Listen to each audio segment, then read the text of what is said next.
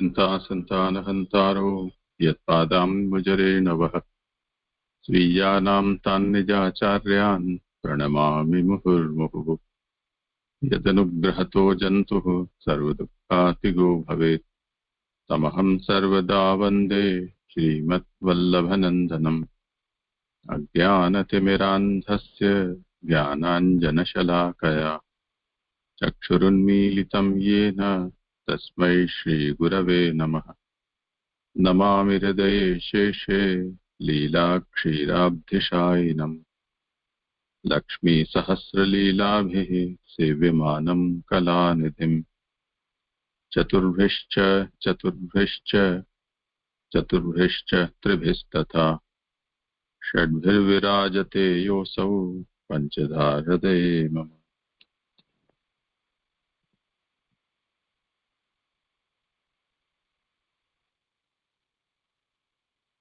हाँ, दंडवत जय जय। दंडवत जय जय, मेरा कर्म है। आवाज आ रही है? करो। ठीक है। तो शनिवार के दिन के लिए समझ आता हूँ।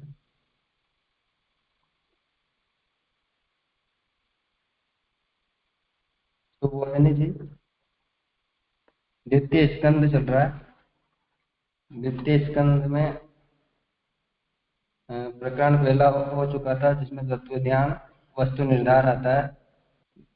इसमें प्रकरण 1 में 2 अध्याय हैं। जो अध्याय 1 में ध्यान वेद तथा भगवान के विराट स्वरूप का वर्णन हो चुका है और अध्याय 2 में भगवान के स्थूल और सूक्ष्म रूपों की धारणा तथा कर्म मुक्ति और सदो मुक्ति का भी वर्णन हो चुका है। प्रकरण 2 आता है जिसमें ऋत प्रसाद या श्रद्धा के नाम से है, जिसमें 2 अध्याय हैं। अध्याय 3 कामनाओं के अनुसार विभिन्न देवताओं की उपासना तथा भगवत भक्ति के प्राधान्य का निरूपण। अध्याय 4 में आया कि राजा का सृष्टि विषयक प्रश्न और सुखदेव जी का कथा आरंभ।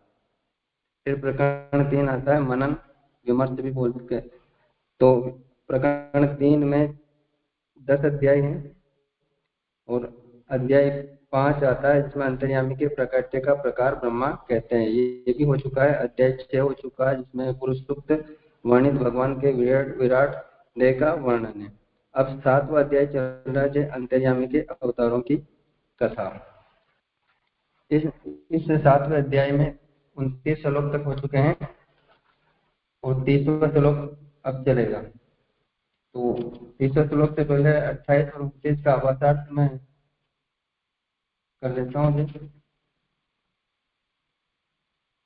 पेज संख्या 296, 28वां श्लोक का अवतार।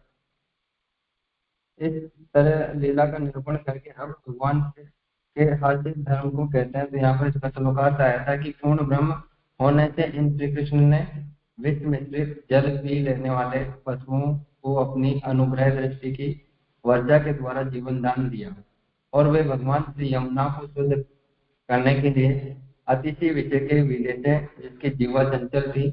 ऐसे काली तत्व को खेल खेल में यमुना से निकालेंगे। ये 28वां श्लोक हो चुका था और 29वां भी हो चुका था जिसका अवतार और श्लोकार्थ है।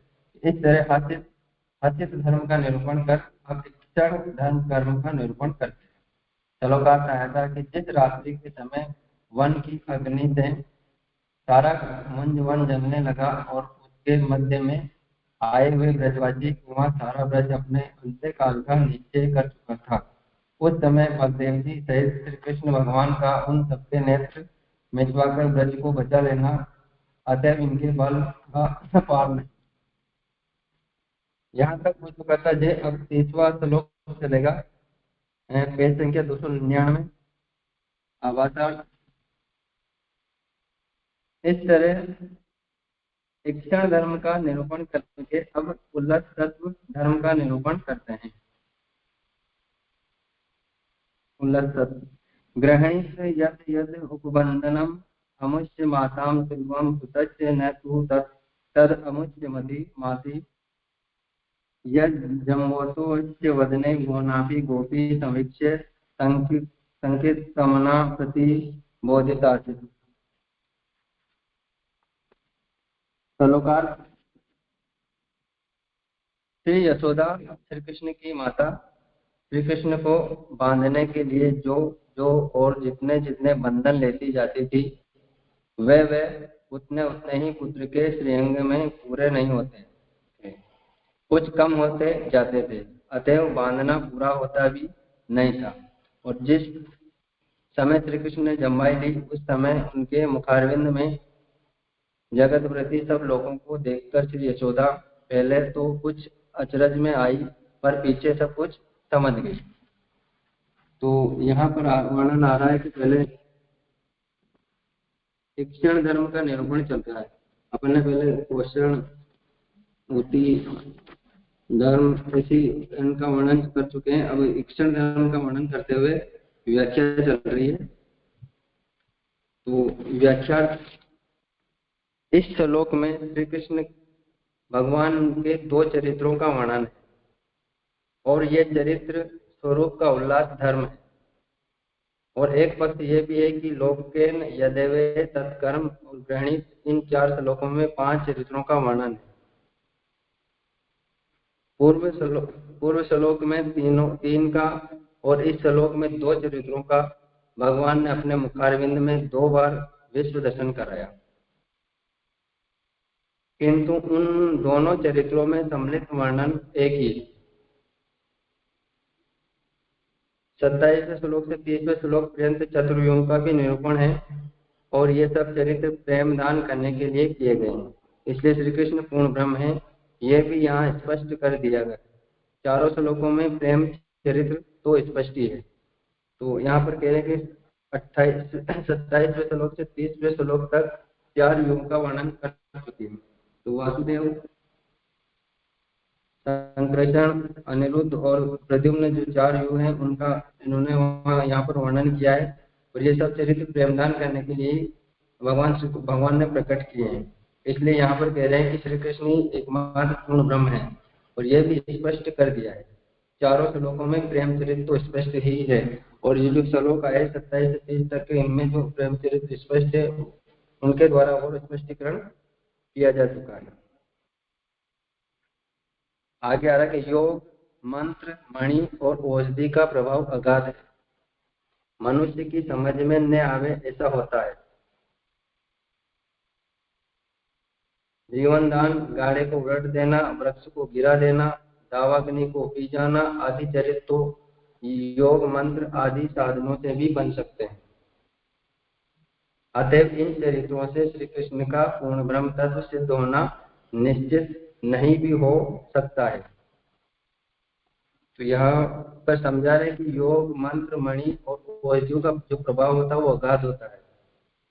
अगाध का मतलब गहरा प्रभाव होता है योग से, मंत्र और मणियों का। तो ये तो मनुष्य की समझ में न आवे ऐसा होता है। और जीवन दान, ये तो और देव देवता भी कर सकते हैं, ऐसा आ रहा है। और जीवन दान, गाड़ी को उलट देना, वृक्ष को गिरा देना, जो लीलाएं उन्होंने ठाकुर जी ने की है कि जीवन गाड़े को उलट दिया था, वृक्षों को, दोनों यमुना अर्जुन वृक्षों को गिरा दिया था, दावाग्नि को, वृंदावन की दावाग्नि को पी गए थे। तो ये जो चरित्र है, ये योग, मंत्र और साधना से भी बन सकते हैं। या ऐसा कहते हैं कि ये जो चरित्र है, ये और भी योग और मंत्रों की साधना के द्वारा ये चरित्र और भी कर सकते हैं। अतः उन चरित्रों से श्री कृष्ण का पूर्ण ब्रह्म तत्व सिद्ध होना निश्चित नहीं होता। इन चरित्रों से भगवान श्री कृष्ण का पूर्ण ब्रह्म होना सिद्ध नहीं हो रहा है, किंतु गृहीत श्लोकार्थ सर्वव्यापकता रूप धर्म तो श्री कृष्ण को निश्चित पूर्ण ब्रह्म सिद्ध करता है। बंधन में न आना और जम्बाई में लोक दर्शन, ये 2 चरित्र श्री कृष्ण को पूर्ण ब्रह्म सिद्ध करते हैं। यहाँ पर कह रहे हैं कि बंधन में नहीं आना, किसी भी प्रकार से जब यशोदा माता बांधने की कोशिश करती है तो उसी बंधन में नहीं आते हैं, हर बार रस्सी छोटी पड़ जाती है। दूसरी बात, अपने मुख में ब्रह्मांड का दर्शन कराना, ये जो 2 चरित्र है, ये भगवान श्री कृष्ण को पूर्ण ब्रह्म सिद्ध करते हैं। ये बात व्यास सूत्र और उनके भाष्य में दो अधिकरणों से सिद्ध कर दी गई है। उपनिषद में वस्तु हेतु में पारदेश मात्रम अभिविमानस्य आत्मानां वैश्वानरं उपास्य से सर्वेषु लोकेषु सर्वेषु भूतेषु सर्वेषु आत्मासु अन्नम अस्ति इत्यादि संदिग्ध श्रुतियां हैं। इनका निर्णय करने के लिए वैश्वानर है साधारण शब्द विशेषा ये विचार सूत्र वेद व्यास जी ने कहा है। यहाँ मूर्धा चिबुक आदि अंगों में व्यापक वैश्वानर को पूर्ण ब्रह्म सिद्ध किया है। मूर्धा मतलब मुख और तालु के ऊपर का जो भाग होता है और चिबुक जो थोड़ी आदि अंगों के द्वारा वैश्वानर अग्नि स्वरूप पूर्ण ब्रह्म को यहाँ पर सिद्ध किया है। और उनके कारण उसमें कारण दिया है साधारण से विशेष शब्द को वैश्वानर आदि शब्द साधारण है प्राकृत पदार्थों के भी वाचक हो सकते हैं, किंतु उनमें उनसे भी विशेष पारदेश मात्र अभिविमानम शब्द स्पष्ट है। वैश्वानर को पूर्ण ब्रह्म कह रहे हैं, जो वैश्वानर है वही पूर्ण ब्रह्म माना जा रहा है। विरुद्ध धर्म और सूक्ष्म रहते भी सर्वव्यापक ये जो धर्म खास पूर्ण ब्रह्म के, तो यहाँ पर और वर्णन कर रहे हैं कि जो वैश्वानर है वही पूर्ण ब्रह्म है और जिनका विरुद्ध धर्म आश्रय है और जो सूक्ष्म होकर भी सर्वव्यापक है, ये दो खास पूर्ण ब्रह्म के ही पूर्ण ब्रह्म ही है। यहाँ पर सूक्ष्म और सर्वव्यापक से हैं, जैसे पानी का बुलबुला और फिर पानी में मिल जाना, ऐसा समझ में आ रहा है। पूर्ण ब्रह्म के समान ही सूक्ष्म से सर्वव्यापक मान रहे हैं। तो छोटा सा होकर भी सबको अपने पेट में भरकर रहना, यह पूर्ण ब्रह्म का लक्षण है। यहाँ पर भगवान श्री कृष्ण जब छोटे से दिखाई दे रहे हैं, लेकिन उनका जब जमाई लेते हैं, मुंह को खोलते हैं तो पूरा ब्रह्मांड दिखाई दे जाना, तो यहाँ पेट में भरकर रहना ये पूर्ण ब्रह्म के लक्षण बता रहे हैं। तो ये जम्बाई लीला में श्री कृष्ण ने अपने स्वरूप में दिखा दिया है। तो यहाँ पर भगवान का पूर्ण ब्रह्म का वर्णन किया जा रहा है कि दो कारण ऐसे हैं जो उन्हें पूर्ण ब्रह्म मान रहे हैं। एक तो मुख में जम्बाई लेकर करके दिखाना, जैसे ब्रह्मांड को दिखाना, और दूसरा किसी भी बंधन में न बंधना, ये उनके पूर्ण ब्रह्म के लक्षण है। आगे आ रहा है तो यही बात आमनंती चैनवस्मिन सूत्र में भी सिद्ध की है। ऐसो अनंतो अव्यक्त आत्मा यो अविमुक्ते प्रतिष्ठित है इत्यादि वेद वाक्यों के संदेह को दूर करने के लिए पूर्वोक्त सूत्र है। यहाँ भी मूर्धा चिबुक आदि में प्रतिष्ठित आत्मा को अनंत कहा है, इसलिए ये पूर्ण ब्रह्म ही है, ये सिद्ध किया है। और इससे ये सिद्ध होता है कि जो आत्मा छोटा सा होकर भी नाप तोल में न आवे, वे ब्रह्म का विरुद्ध धर्माश्रयता लक्षण किया है, तो बंधन लीला में भी है। तो यहाँ पर विरुद्ध धर्माश्रय बता रहे हैं कि जो आत्मा छोटी होते हुए भी नाप तोल में नहीं आते हैं, तो वो ब्रह्म का ही विरुद्ध धर्म आश्रय है। जैसे रस्सी से नहीं बंधना, जो बंधन लीला में भी है। अतएव ये कहना उचित ही है कि ये दो चरित्र श्री कृष्ण के निश्चित ही ब्रह्म तत्व के बोधक है। ये श्री कृष्ण को ब्रह्म पर ब्रह्म मानने के लिए यही तत्व बोधक है कि जो छोटे से होकर भी जो नाप तोल में नहीं आ रहे हैं और अपने छोटे से मुख में पूरा ब्रह्मांड को दिखा रहे हैं, तो ये उनके परब्रह्म के बोधक है। भगवान सर्वरूप है, भगवान सर्वरूप है, सर्वत्र विद्यमान है। अतएव रस्सी प्रवृत्ति अपने ही रूप से आप ही कैसे बंध सकते हैं। यहाँ पर कह रहे हैं कि भगवान सर्वत्र है, सर्वव्यापक है और सर्वत्र विद्यमान है। अतः रस्सी आदि प्रवृत्ति का मतलब रस्सी आदि से अपने ही रूप से, रस्सी भी उन्हीं का रूप है, क्योंकि यहाँ पर सर्वात्मक सर्वत्र माना है और सर्व रूप माना है, तो रस्सी भी उन्हीं का रूप है। तो वो उन्हीं के रूप में कैसे बंध सकते हैं, तो अपने ही रूप में आप ही कैसे बंध सकते हैं, उनका नाश कैसे हो सकता है। ये तो कोई नियम है ही नहीं कि जिस रूप से जो सर्वात्मक न हो वह उस रूप में बंधन में नहीं आता। यहाँ पर कह रहे कि ऐसा कोई नियम नहीं है कि जो सर्वात्मक है वे अपने रूप उस रूप के बंधन में नहीं आ सकता है। भगवान श्री कृष्ण रस्सी रूप से सर्वात्मक व्यापक नहीं है, इसलिए रस्सी से बंधने में नहीं आ सकते। यहाँ कहते हैं कि भगवान सर्वव्यापक सर्व रूप में है, रस्सी भी उन्हीं का रूप है, लेकिन रस्सी सर्वव्यापक सर्वात्मक रूप नहीं है, इसलिए उसमें बंधन में नहीं आ पा रहे। यदि यह कोई ब्रह्म वाक्य नहीं और न ऐसा कोई नियम ही है, तथापि भगवान 2.25 वर्ष के होकर बड़ी बड़ी रस्सियों से भी नहीं बंध सके। ये उनकी सर्वव्यापकता सर्वरूपता है। तो यहाँ पर पूर्ण ब्रह्म होने के जो लक्षण उनके बता रहे हैं, वो कह रहे हैं कि भगवान पूर्ण ब्रह्म श्री कृष्ण ही एकमात्र पूर्ण ब्रह्म है, जो 2.25 वर्ष के होते हुए भी बड़ी से बड़ी रस्सियों में भी नहीं बंध पा रहे हैं। उनकी ये सर्वव्यापकता सर्वरूपता सिद्ध कर रही है। बंधन के लिए जो भी रज्जु रस्सी माँ यशोदा लेती थी, वही रज्जु इन छोटे से स्वरूप की कमर को बांधने में ही पूरी नहीं पड़ती थी। फिर उसे बड़ी बनाने के लिए आगे पीछे दोनों तरफ दूसरी रज्जु जोड़ी जाती थी, तो भी वे सब आपस में एकता को प्राप्त हो जाती थी। अतएव पूर्ववत नाप की ही रहती थी और छोटी पड़ जाती थी।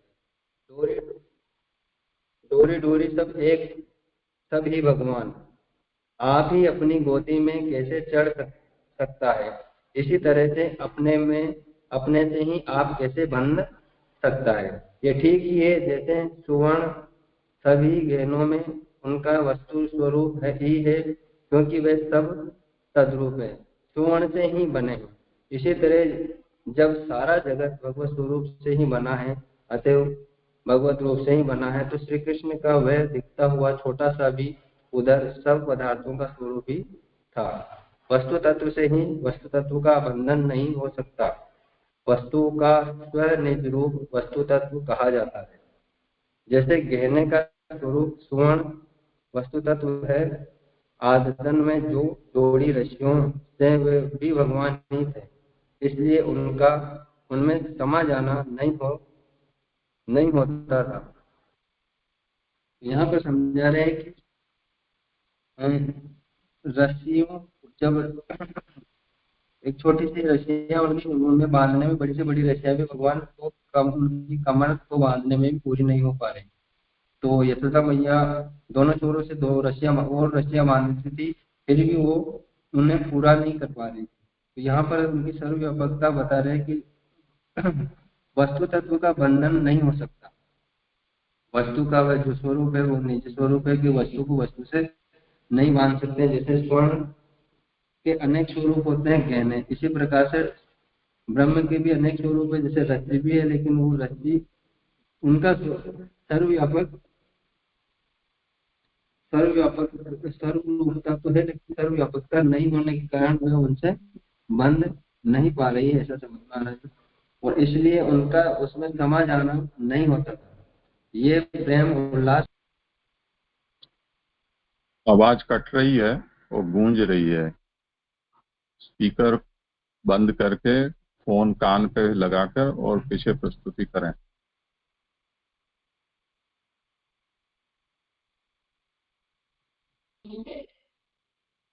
जी जी, आवाज गूंज रही है, थोड़ी कोशिश करता हूँ बंद करने।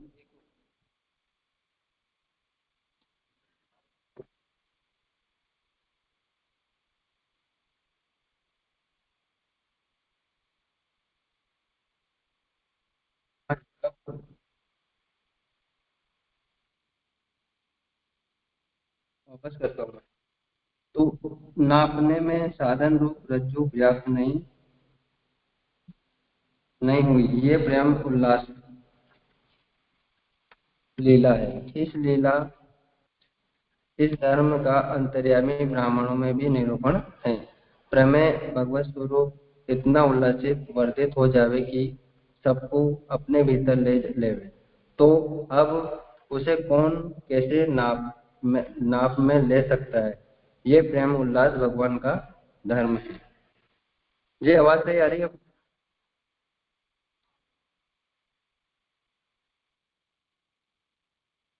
हाँ ठीक है। ठीक है, यहाँ तक हो चुका है जी, आगे ले। किसी को पूछना होगा तो हाथ ऊंचा करेगा, अभी तो आप पढ़ लो, पढ़े जाओ। ठीक है,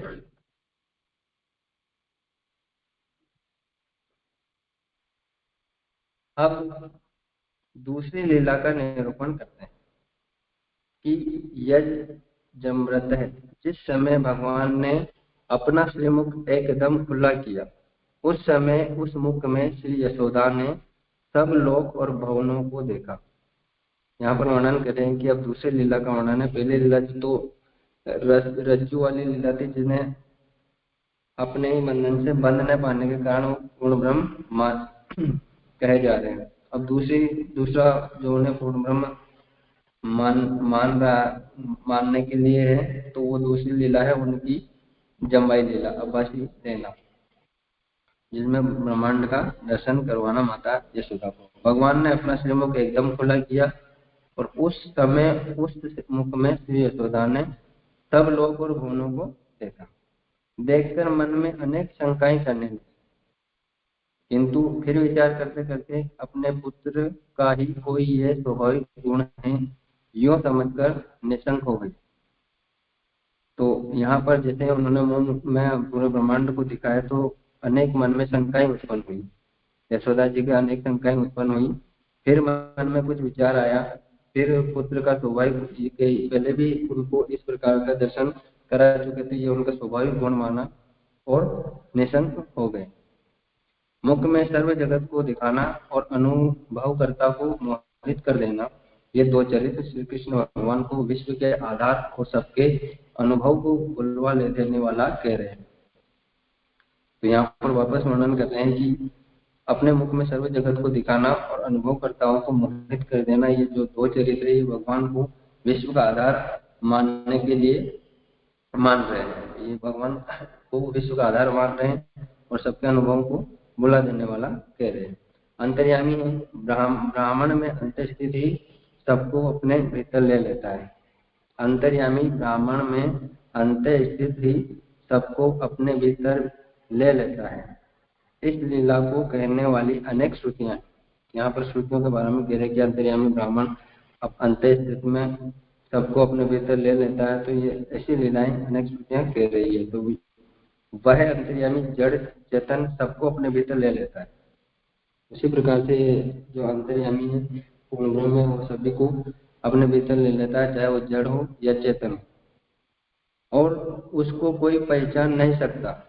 ये कहीं बार कहा है, यो विज्ञाने तिष्ठन् विज्ञानाद् अंतरो यम विज्ञानं न वेद यस्य विज्ञानं शरीरम यो विज्ञानम अंतरो यम यति ऐसे आत्मा अंतर्यामी अमृत।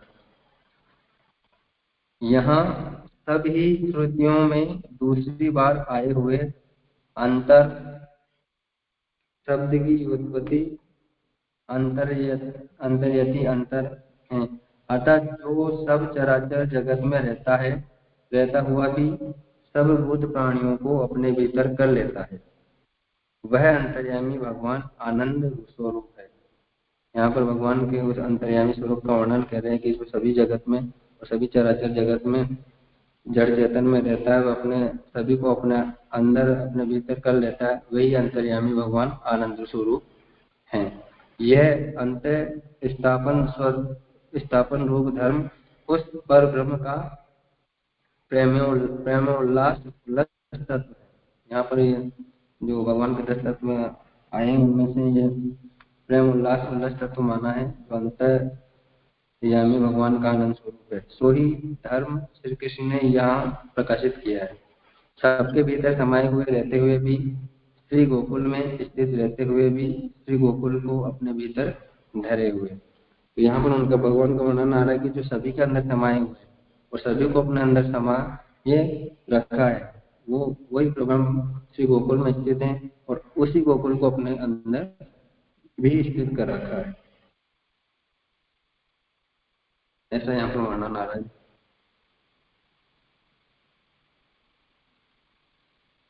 आगे, यदि कोई कहे कि मुख में सर्व भुवनों को दिखाना माइक झूठा है, तो उसके उत्तर में कहते हैं कि ये दिखाना झूठ माइक नहीं हो सकता, क्योंकि सर्वभुवनों का अंत स्थापन श्रुतियों में भी कहा है। इसलिए यशोदा को मुख में प्रत्यक्ष भुवनों का अनुभव हुआ है। यहाँ पर ये कह रहे हैं कि जब सभी मुख में ब्रह्मांड को दिखाना एक माया है या झूठा है, तो उसके उत्तर में कह रहे हैं कि ये दिखाना माया नहीं है, क्योंकि सभी भुवनों का अंत स्थापन मतलब प्रभु के अंदर स्थापित होना, ये श्रुतियां वेद कहते हैं, भी श्रुतियों ने भी यही कहा है। इसलिए यशोदा को मुख में प्रत्यक्ष भुवनों का अनुभव हुआ है। फिर यशोदा ने अथो अमुष्यव ममार्भकस्य इत्यादि वाक्यों से कहा, वहां ही उसका विचार भी कर लिया, क्या यह माया है, क्या मेरा ही कोई बुद्धि भ्रम है। सब तरह की तलाश कर लेने के बाद श्री यशोदा को यह निश्चय हुआ कि नहीं, ये तो मेरे इस बालक का ही कोई औत्पत्तिक धर्म है। औत्पत्तिक का मतलब सहज धर्म है। यहाँ पर सारी चीजों को देखने के बाद, जैसे मुंह में ब्रह्मांड को दिखाने के बाद यशोदा जी निर्णय कर रही है कि क्या ये मेरे बालक का कोई मेरा बुद्धि भ्रम है या माया है। फिर कह रहे कि ये तो मेरे पुत्र का बालक का ही एक सहज धर्म है, इसलिए वह ब्रह्म का ही धर्म था। यदि कोई कहे कि वैष्णवी व्यतनोद मायाम पुत्र स्नेह मही विभु, इस वचन से मालूम होता है कि भगवान ने अपनी माया का जाल यशोदा पर डाला था, इसलिए मुख में जो कुछ देखा वह माया झूठा था। ये कहने में क्या हानि है। यहाँ पर और भी कह रहे हैं कि अगर ये माया का जो जाल भगवान ने अपनी माता यशोदा पर डाला और उनके मुख में जो दिखाया वो माया और झूठा था, ये कहना कहाँ की हानि है। तो इसके उत्तर में कहते हैं कि भले माया शक्ति से दिखाया क्यों नहीं, तथापि ये दिखाना ब्रह्म तत्व बोधक है।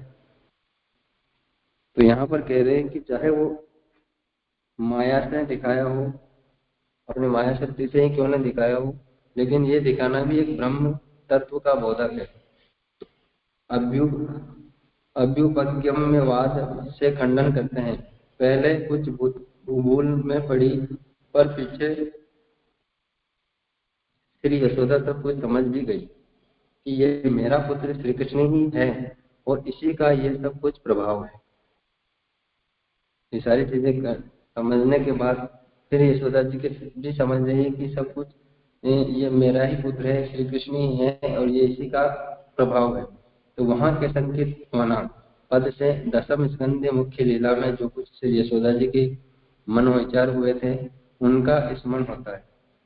तो वहां उसके मन में ये विचार हुए थे। तो इससे यहाँ पर जो वर्णन कर रहे हैं कि मुख्य लीला में दशम स्कंद की जो ब्रह्मांड का दर्शन कराए थे, उस समय भी उनके मन में जो विचार आए होंगे उनका स्मरण यहाँ पर कर रहे हैं। और विचार आ रहा है कि किम स्वपन एतत् देव माया किमा मधियो वत बुद्धि मोह अतो अमुष्यव मर्मार्वकस्य ये कश्चनोत्पत्ति आत्मयोग है इत्यादि सदो नष्ट स्मृति गोपी। तो यहाँ जो यशोदा को ज्ञान हुआ है वह न तो अपेक्षाजन्य ज्ञान है और न संशय ज्ञान, किंतु संशयादिक सब विचार कर लेने के बाद यह निश्चय अनुभव हो गया कि नहीं, ये तो मेरा पुत्र ही है और इसी के महात्म्य का प्रदर्शन है। तो यहाँ पर ये बता रहे हैं कि जो यशोदा जी को ज्ञान हुआ वह न तो अपेक्षाजन्य ज्ञान था और न ही संशय था उसमें, किंतु संशय अधिक सब विचार कर लेने के बाद, कुछ विचार कर लेने के बाद भी यह निश्चय अनुभव हो गया था कि ये मेरा ही पुत्र है और इसी के महात्मा का प्रदर्शन है। जब यह अनुभव हो गया तो उसके पीछे उस अनुभव का संस्कार या स्मृति हृदय पर लेना ही चाहिए। तो यहाँ पर ये हो रहा है कि जब उनका स्मरण होगा कि मेरे पुत्र का महात्मा है, ये परब्रह्म है, तो उसकी स्मृति हृदय पर रहना चाहिए। और वहाँ कहाँ है कि स्मृति नष्ट हो गई, वहां पर कहा कि वो सारी स्मृतियां जो उन्होंने देखी, ब्रह्मांड के दर्शन किए, उनका महात्मा प्रदर्शन हुआ, तो वो सारी स्मृति वहां पर वापस यशोदा जी की नष्ट हो गई। भला ये कैसे हो सकता है, और हुआ तो है ही। तो यहाँ पर प्रश्न पूछ रहे हैं कि ये कैसे हो सकता है कि उनकी सारी स्मृति वापस नष्ट हो गई, और हुआ है तो कैसे, तो है ही, और हुआ तो है ही। अनुभव होने पर भी स्मरण नहीं रहना, ये माया का कार्य है। अगर किसी बात का अपना अनुभव हो चुका और फिर भी अगर भूल जाते हैं तो ये माया का कार्य है, ये हम भी मानते हैं। पर विचार करना चाहिए कि ये माया क्या पदार्थ है। अब यहाँ पर कह रहे हैं कि अगर ये भूल जाना ये माया का कार्य है, तो माया क्या होती है, किसे कहते हैं, विचार करना है कि माया क्या पदार्थ है। गत्या अगत्या कहना पड़ेगा कि भगवान की माया भगवान की शक्ति है। कारण के रहते हुए भी कार्य का न कराना, न होने देना, ये ब्रह्म की अकर्तुम सामर्थ्य है। नहीं करने का भी सामर्थ्य ब्रह्म में ही है और अन्य में नहीं। तो यहाँ पर समझा रहे हैं कि जो माया है वो भगवान की ही शक्ति है, और कारण के रहते हुए भी कार्य का न करना, न होने देना, ये ब्रह्म की अकर्तुम अन्यथा कर्तुम वाली सामर्थ्य ही सिद्ध करती है। और नहीं करने की सामर्थ्य भी ब्रह्म में ही, करने की, नहीं करने की, नहीं हो जो होता है उसको भी नहीं होने देने की ऐसी सामर्थ्य है तो सिर्फ एकमात्र ब्रह्म में ही है, अन्य में नहीं है। श्री कृष्ण ने अपने सर्वव्यापक सर्वाधार स्वरूप का अनुभव कराकर भी उसके संस्कार, उनके उसके स्मरण को अपनी शक्ति से रोक दिया। यहाँ पर कह रहे हैं कि जब यशोदा जी को अपना सारा संपूर्ण ज्ञान करा दिया ब्रह्मांड का, अपने ब्रह्म होने का और पूर्ण ब्रह्म होने का ज्ञान करवाने के बाद भी, सर्वव्यापक सर्वाधार स्वरूप का अनुभव कराने के बाद भी उनको अपने स्मरण शक्ति को उनकी रोक दिया, मतलब वापस उन्हें विस्मरण करवा दिया, न होने दिया। ये प्रब्रह्म श्री कृष्ण का अकर्तम सामर्थ्य है। तो ये भगवान का वो अकर्तम सामर्थ्य होता है जो न चाहते हुए भी करने देना, नहीं करने देने वाला सामर्थ्य। ये भगवान का उल्लास धर्म कहलाता है। ये भगवान का उल्लास धर्म, इस लीला से सूक्ष्म स्वरूप की व्यापकता स्पष्ट होती है। उति स्कंद के अंतिम अध्याय में भगवद वेद का निरूपण है। भावार्थ वेद का निरूपण, यहाँ पर ये उति स्कंद है और इसकी उल्लास धर्म जो संपन्न हुआ है, इसमें सूक्ष्म स्वरूप की व्यापकता को स्पष्ट किया है कि सूक्ष्म स्वरूप के द्वारा जो व्यापक सर्वव्यापक है वही पूर्ण ब्रह्म है। और इसके बाद आगे कार्य कारण वस्त्वैक्यमर्शनम पट धनोत्वत अवस्त्वाद विकल्पस्य भावाद तदुच्यते। विषय बुद्धियां सभी अवस्तु है, पृथक नहीं, तत्व रूप ही है, इसलिए कार्य और कारण रूप वस्तुओं का एक ही निश्चित है, वही भावाद्वैत कहा जाता है। यहाँ पर भावाद्वैत का अर्थ बता रहे हैं कि विशेष बुद्धियां सभी अवस्तु है, पृथक नहीं, और तत्व रूप भी वही है, इसलिए कार्य।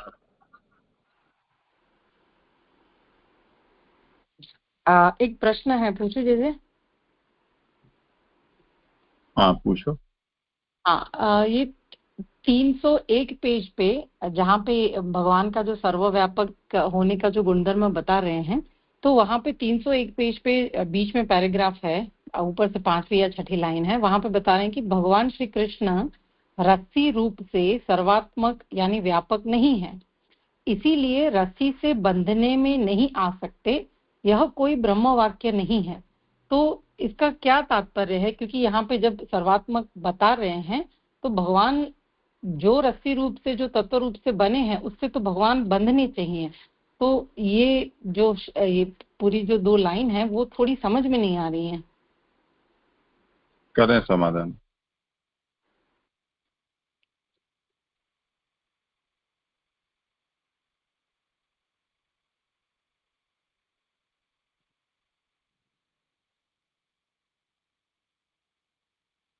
आज यहाँ पर आ रहा है कि श्री कृष्ण रस्सी रूप से सर्वात्मक व्यापक नहीं है और रस्सी में से बंधने में नहीं आ सकते, ये कोई ब्रह्म वाक्य नहीं है। ब्रह्म वाक्य से तो मेरे समझ में नहीं आया, लेकिन ये समझ में आ रहा है कि श्री कृष्ण रसी रूप से सर्वव्यापक नहीं है। जैसे उनकी सर्वव्यापकता और सर्वरूपता सिद्ध की है, तो रस्सी उनकी सर्वरूपता है लेकिन सर्वव्यापकता नहीं है, क्योंकि रस्सी के रूप में वो सर्वव्यापक नहीं हो सकता है, उनका रूप जरूर है। क्योंकि तत्व रूप में अगर देखें तो ब्रह्म हर जगह है, जड़ और चेतन में। तो रस्सी जड़ है, तो जड़ में भी उनका ही स्वरूप है, तो वो सर्वव्यापक स्वरूप है, सर्वात्मक रूप है, सर्वव्यापक नहीं है। सर्वरूपता है, सर्वात्मक है, लेकिन सर्वव्यापकता नहीं है। तो सर्वव्यापकता नहीं होने के कारण वो ये मतलब सर्वत्र विद्यमान है, ऐसा समझ में आ रहा है कि सिर्फ सर्वात्मक है, तो इसलिए रस्सी में बंध नहीं पा रहे। तो जैसे पानी का बुलबुला होता है, तो बुलबुला और पानी होते तो एक ही, लेकिन बुलबुला सर्वव्यापक नहीं होता है, और पानी जैसे नदी में होता है तो नदी सर्वव्यापक मान ली जाती है, और बुलबुला वापस उसी में मिल जाता है। तो मेरे को ये समझ में आ रहा है कि उनकी व्यापकता तो है जड़ के रूप में, लेकिन सर्वरूपता नहीं है, इसलिए उसमें बंध नहीं पा रहे। अब और आगे चीज समाधान करेंगे। तो ये जो आप बता रहे हैं सर्वरूपता और जो सर्वव्यापकता, तो ये थोड़ा स्पष्ट नहीं हो रहा है ज्यादा। अगर आप इसको थोड़ा एलोबरेट करें तो, क्योंकि आप जो बता रहे हैं वही समझा रहे हैं ना कि सर्वरूपता और सर्वव्यापकता अलग हैं, तो इसमें कैसे अलग हो रहे हैं ये चीज दोनों?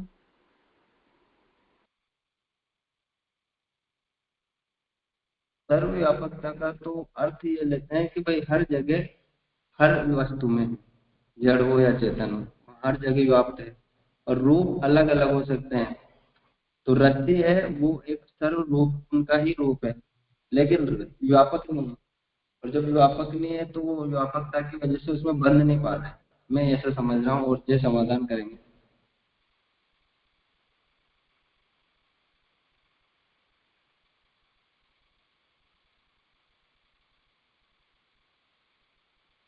समाधान हुआ कि नहीं? नहीं जी, समझाइए ना थोड़ा एलोबरेट करके।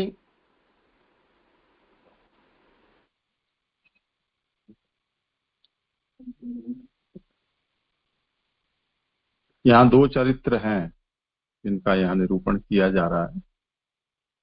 एक तो जम्भण लीला उबासी भगवान की लेनी, और ये दामोदर लीला। ये दोनों ही भगवान के ब्रह्मत्व का बोधक है।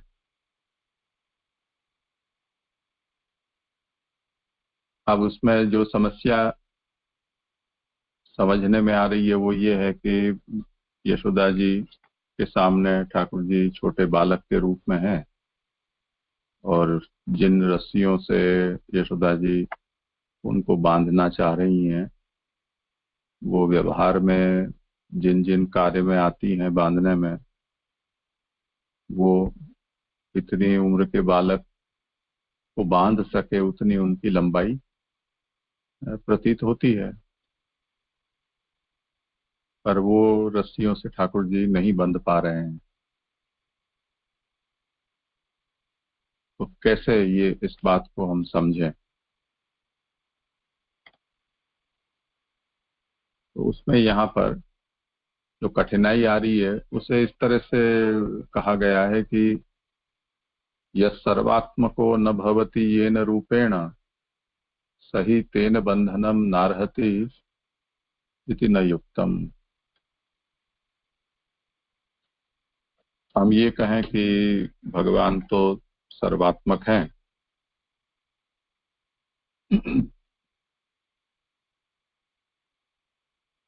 तो जिस रूप में भगवान प्रकट विराज रहे हैं वो तो भगवान है ही, परंतु जो जो अन्य रूप उनके सामने है वो भी भगवान ही हैं।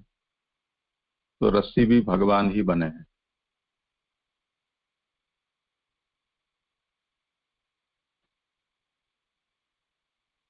अब भगवान ने जो अपना प्रकट रूप दिखाया है वो मानो कि 2 साल का बालक है,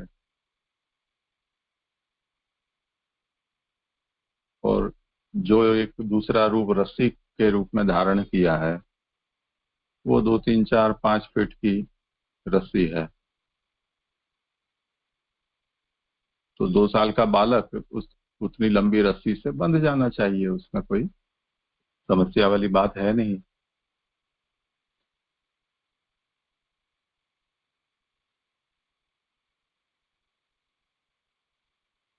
अब इसलिए नहीं बंध पा रहे हैं कि वो रस्सी रूप भी भगवान ही है। तो अपने से अपना बंधन कैसे हो सकता है, ये इसमें एक पेच फंसा हुआ है समझने में। तो कोई यदि ये कहे कि भगवान इसलिए नहीं बंध पाए कि वो रस्सी रूप भी आप स्वयं ही हैं, तो स्वयं से स्वयं का बंधन कैसे हो सकता है? तो उस पर ये कहा जा रहा है कि भगवान जिस रूप से सर्वात्मक हुए हैं वो ये रूप नहीं है।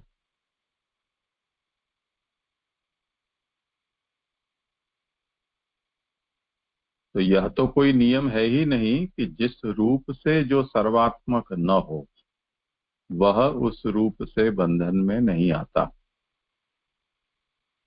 ये सामान्य सिद्धांत बता रहे हैं, अब उसको यहाँ लागू कर रहे हैं कि भगवान श्री कृष्ण रस्सी रूप से सर्वात्मक नहीं है, इसलिए रस्सी से बंधने में नहीं आ सकते। यह कोई ब्रह्म वाक्य नहीं है। तो अब उसका निषेध कर रहे हैं कि ऐसा मानना आवश्यक नहीं है कि जो जिस रूप से व्याप्त हुआ हो या जिस रूप को जिसने धारण किया हो उससे वो बंध न सके, ऐसा तो कोई नियम नहीं है। उसका एक सरल उदाहरण हम लें तो कई बार हम उत्साह में आके और ऐसे सिद्ध योगियों के या जिम्नास्ट के करतब को देखकर उस प्रकार की अंगों के साथ तोड़ मरोड़ करें और हम फंस जाएं अपने ही बंधन में। ऐसा कभी न कभी किसी के साथ होता ही है। तो ऐसा तो कोई नियम नहीं है कि जिस रूप से जो बना हो उस रूप से वो उसके बंधन में ना आ पाए। इसलिए भगवान सर्वरूप होते हुए भी भगवान अपने दूसरे धारण किए रूप से बंधन में क्यों नहीं आए, ये एक यहाँ पर पेच है, यानी समस्या है। इसलिए कहते हैं कि ऐसा कोई नियम है, तथापि भगवान 2.25 वर्ष के होकर बड़ी बड़ी रस्सियों से भी नहीं बंध सके। यही उनकी सर्वव्यापकता और सर्वरूपता है, इससे सिद्ध हुआ।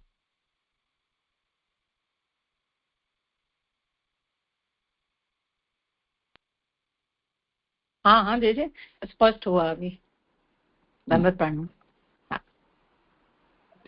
धन्यवाद प्रणाम जीजे उसी 301 पेज पे नीचे से दूसरा वाक्य है जीजे कि जो उल्लास धर्म की बात आई कि इस लीला इस धर्म का अंतर्यामी ब्राह्मण में भी निरूपण है।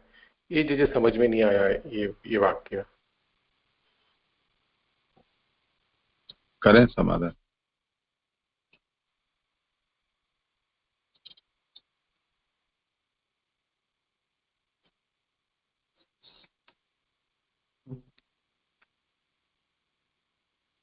आपकी आवाज नहीं आ रही। ब्राह्मण का क्या पूछा, ब्रह्म वाक्य नहीं, अभी 301 पेज पे नीचे से जो दूसरा वाक्य है कि जो उल्लास धर्म की बात कर रहे हैं कि इस लीला इस धर्म का अंतर्यामी ब्राह्मण में भी निरूपण है, ये वाक्य समझ में नहीं आया। ये क्या कहना चाहते हैं? ये उपनिषद का वचन ही है जो आगे कहा गया, यो विज्ञान तिष्ठन विज्ञानादंतरो यम विज्ञानम न वेद यस्य विज्ञानम शरीरम। ये जो उपनिषद वचन है वही अंतर्यामी ब्राह्मण का वचन है। अंतर्यामी ब्राह्मण एक चैप्टर है उपनिषद का जिसमें अंतर्यामी का वर्णन किया गया है।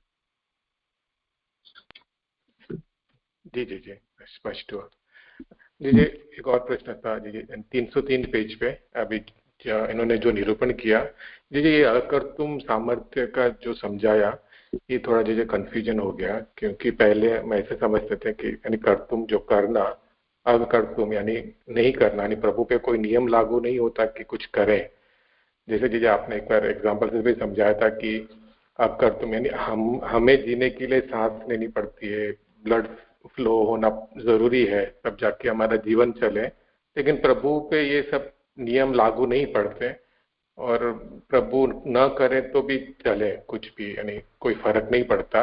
और अन्यथा कर्तुम यानी जो अन्यथा करें। जी यहाँ पे जो अभी जो स्मृति को जो अभी विसराया, उसे अकर्तुम सामर्थ्य कहा, तो मुझे ये थोड़ा कंफ्यूजन होगा, इसे कैसे समझे।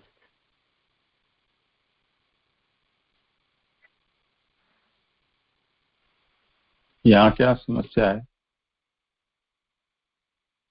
अकर्तुम ये सामर्थ्य का लक्षण तो ये समझा रहे हैं ना कि कारण के रहते हुए भी कार्य का न कराना, न होने देना। तो ये ब्रह्म की अकर्तुम सामर्थ्य है, तो जी इसमें जी तो कोई समस्या नहीं है। जी जी जी, यानी पहले जो स्मृति थी यानी यशोदा जी की, उसको विसराया, यानी उसको फिर कहा गया कि अकर्तुम सामर्थ्य है। तो मुझे उसी पे कंफ्यूजन हो गया कि यानी आपने जैसे समझाया तो जो समझ में आया कि कारण का होते हुए भी वहां पे नहीं रहने देना, वो एक लक्षण बताया।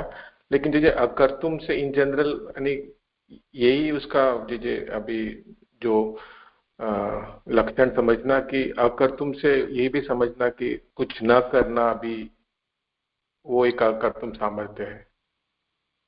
नहीं, वो कई तरह से उसकी व्याख्या की जा सकती है यथा अवसर।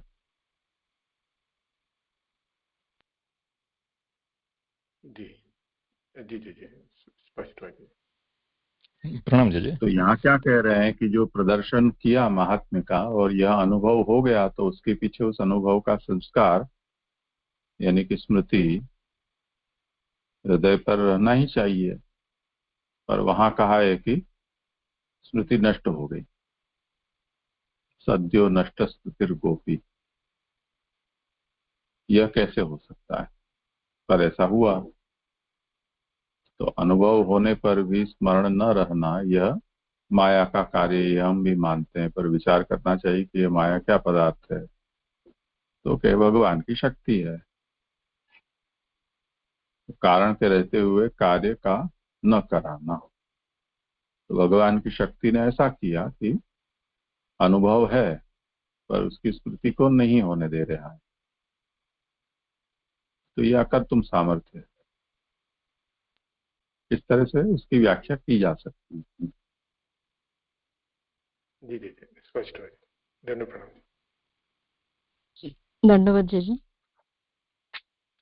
जय जी, ये जो अभी इससे पहले जो पूछा रस्सी से संबंधित और भगवान की जो सर्वव्यापकता इसमें बताई, तो ये जो पेज नंबर 300 में आया, पैराग्राफ 2 में, कि योग मंत्र मणि और औषधि से भी उसका प्रभाव अगाध होता है और वो मनुष्य की समझ में भी नहीं आता है।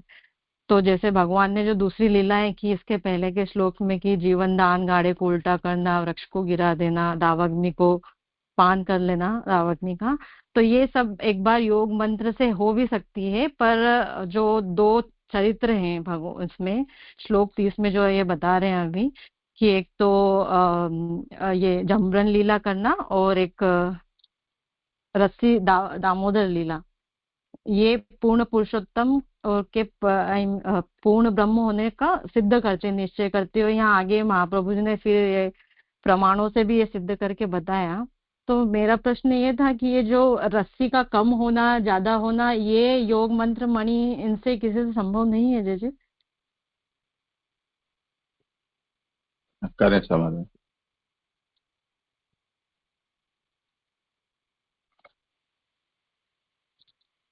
रस्सी का तो यहाँ पर इससे कोई मेल नहीं हो रहा है। यहाँ पर तो उनकी पहले वाली लीलाओं के बारे में आता है कि भाई जो पहले वाली जो लीलाएं हैं, जीवन दान देना, गाड़ी को उलट देना, ये तो योग और मंत्रों के द्वारा भी और भी साधनों से सिद्ध कर सकते हैं।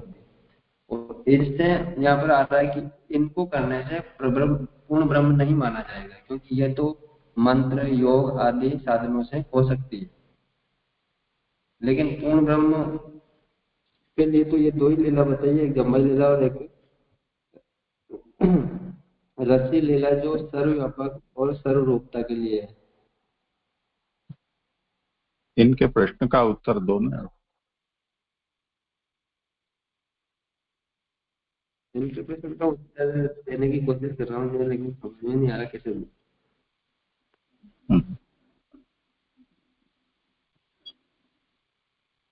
रस्सी लंबी की जा सकती है या लंबी को छोटी की जा सकती है अन्य शक्तियों से, वो यहाँ मुद्दा नहीं है। मुद्दा यहाँ ये है कि ऐसा करने पर भी भगवान को बांध पकाना, वहां ये सब साधन विफल हो जाते हैं। भगवान का जो विरुद्ध धर्माश्रयत्व है या भगवान का जो सर्वव्यापकत्व है, उसके सामने सब साधन छोटे पड़ जाते हैं, ये कहना चाहते।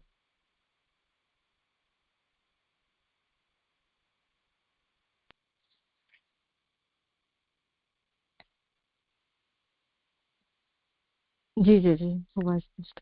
प्रणाम जी। मुझे यहाँ ये समझना था कि प्रमेय उल्लास जो है उसका पारिभाषिक अर्थ क्या समझने का। उल्लास यानी जो आनंद के रूप में जो हम बोलते हैं, इसको उल्लास हुआ, तो उस अर्थ में लेना है या इसका पारिभाषिक अर्थ? प्रमेय का मतलब वस्तु,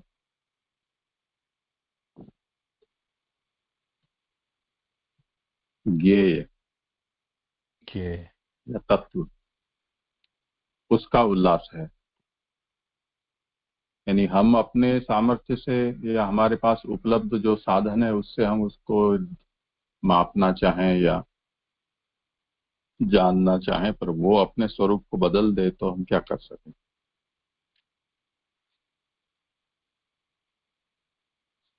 जी जी जी, समझ में आ गया। प्रणाम। जैसे फिजिक्स में ये एक नया अभी आविष्कार हुआ है, यानी एक नया पहलू वस्तु के बारे में ध्यान में आया है, उसको ऑब्जर्वर इफेक्ट कहते हैं। तो वो ऑब्जर्व इफेक्ट का ये मतलब है कि हम जब किसी परमाणु को नहीं देखते हैं तो वो किसी और तरह से व्यवहार करता है, और जब हम कोई उसको देखने लगता है तो उसका व्यवहार बदल जाता है। तो अब हम कैसे तय करें कि वस्तु क्या है, क्योंकि आप उसको बिना देखे तो आप कुछ कह ही नहीं पाओगे उसके बारे में, और जब कहोगे देखोगे तो वो आपके नहीं देखने की अवस्था में उसका जो स्वरूप है वो उसका रह नहीं जाएगा।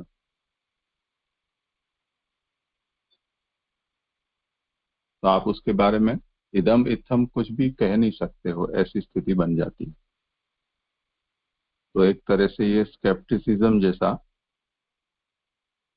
वस्तु का स्वभाव वैज्ञानिकों को ध्यान में आया है। तो ये प्रमेय का उल्लास है। हम इतने सब सूक्ष्म दर्शक या टेलीस्कोप और न जाने क्या क्या, एक्सरे और एमआरआई सब लेकर आए हैं, और जो भी हमारी आंखों से हमारे इंद्रियों से नहीं दिख सके ऐसी वस्तुओं को देखने का समझने का प्रयास करें, पर वो वस्तु अगर अपना स्वभाव इच्छानुसार बदल देती हो तो ये सब उपकरण है या साधन है, वो उसके सामने विफल हो जाते हैं। ये प्रमेय का उल्लास है। जी जी जी, समझ में आ गया।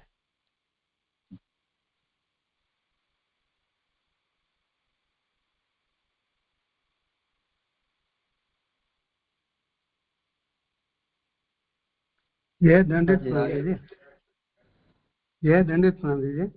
ये यहाँ पे जो 301 पेज पे जो ये जम्बन लीला में श्री कृष्ण ने अपने स्वरूप में दिखा दिया है, ये बात समझ में आ गई। यही बात रामानंदी चैन मक्समिन सूत्र में सिद्ध की है। ऐशो अनंतो अव्यक्त आत्मा यो अमुक्ते प्रतिष्ठित इत्यादि वेद वाक्यों के संदेह को दूर करने के लिए पूरक सूत्र है। यहाँ भी समझ आता है। यहाँ भी मूर्धा चुबक आदि में प्रतिष्ठित, ये मूर्धा चुबक क्या होता है जी?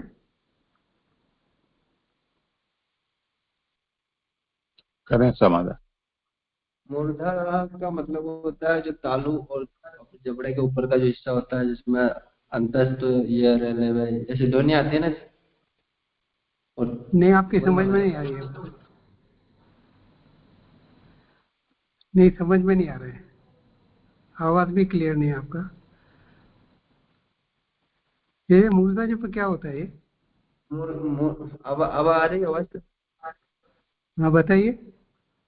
मूर्धा वो होता है जो अपने मुंह के अंदर का ऊपर का जो तालू वाला जो हिस्सा होता है, जिससे ये अपनी जीवान ऊपर तक जाती है, दांतों के जीवान के बीच का जो हिस्सा होता है वो मूर्धा बोला जाता है। और चिबुक वो दाढ़ी होती है अपनी, चिन्ह। अच्छा ठीक है। अच्छा, इसके आगे ये आती है, इसलिए पूर्व ब्रह्म ने ये सिद्ध किया। इससे ये सिद्ध होता है कि जो आत्मा छोटा सा होकर, तो आत्मा छोटा सा प्रभु का ये कैसे बता रहे हैं, किसका है छोटा आत्मा? आत्मा छोटा सा होकर भी नाव तोल में ना आवे, यह ब्रह्म का विरुद्ध रसता लक्षण है। तो आत्मा छोटा क्यों गिना गया है प्रभु का? ये तो मेरे भी समझ में नहीं आता, लेकिन जैसे वो जम्बाई लीला में मुख में दर्शन करवाए थे, छोटा सा आत्मा माना उसको कि छोटा से नहीं, शरीर छोटा आत्मा प्रभु का कैसे मान सकते? नहीं, मेरा प्रश्न ये है। हाँ, एक बार और स्पष्ट करें प्रश्न। नहीं, यहाँ पे प्रश्न आ रहा है कि जो आत्मा छोटा सा हो कभी नाथ बोले ना हो, तो ये छोटा सा आत्मा किसका है? ये छोटा सा आत्मा ब्रह्म का ही माना जा रहा है ना, उनके तो प्रभु का अंदर से कैसे कोई मान ब्रह्मांड सकते हैं? नहीं। अब ये तो फिर जय जय करेंगे तो सब। स्वरूप छोटा है इनका बराबर, तो आत्मा छोटी है, आता तो अनंत है आत्मा। तो जय जय से विनती है, फिर वही करे समाधान। ये आप बताइए, समझाइए जरा। हाँ, देखें किसी को कहना हो तो।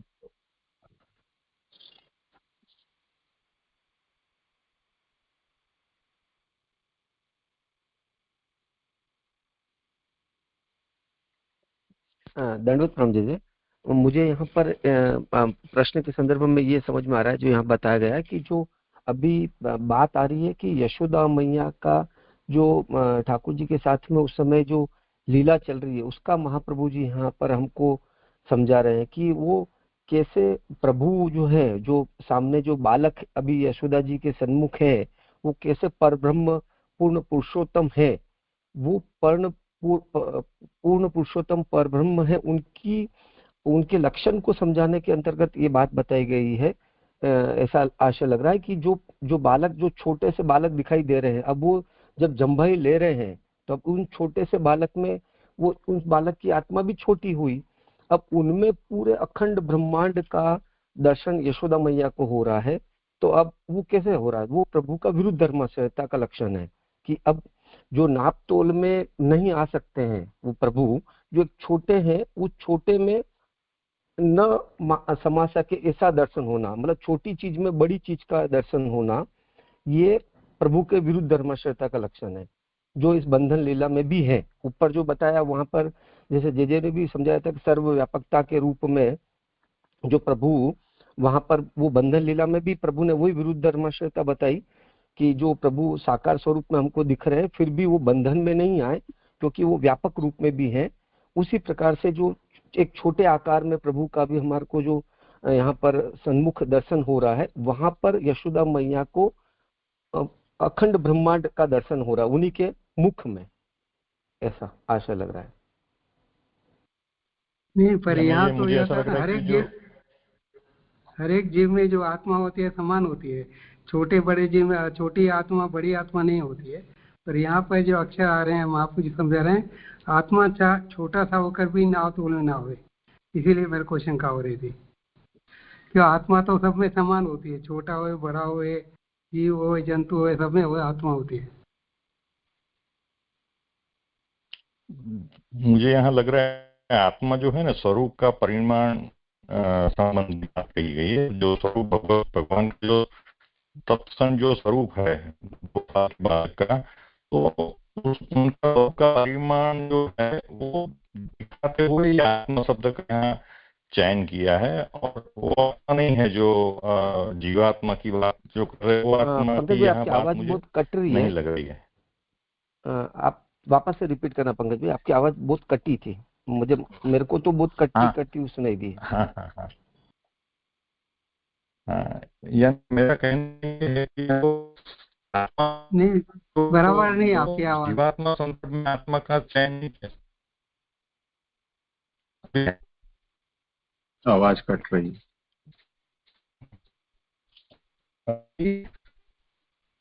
अभी आ रही है? ठीक है, इसको ऐसे समझना चाहिए कि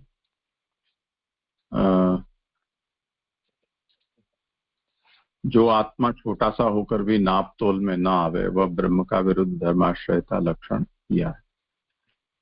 मूल बात तो ये है कि जिसका नापा तोला ना जा सके, ऐसा विरुद्धता इसमें क्या है? तो ये है कि जो आत्मा है वो तो अणुस्वरूप ही मानी जाती है ना। परमात्मा को हम कहें तो वो विभू है, पर जो शरीर धारण करके सामने खड़ा हुआ है 2.5 वर्ष का बालक, उसके शरीर में यदि कोई आत्मा है तो हम तो यही कहेंगे ना कि वो अणुस्वरूप है। तो परिमाण उसका अणु है, अब तो फिर उसको नापा तोला जा सकना चाहिए, और फिर भी नहीं हो पा रहा है, तब तो फिर विरुद्ध धर्माश्रयता स्वीकारनी ही पड़ेगी।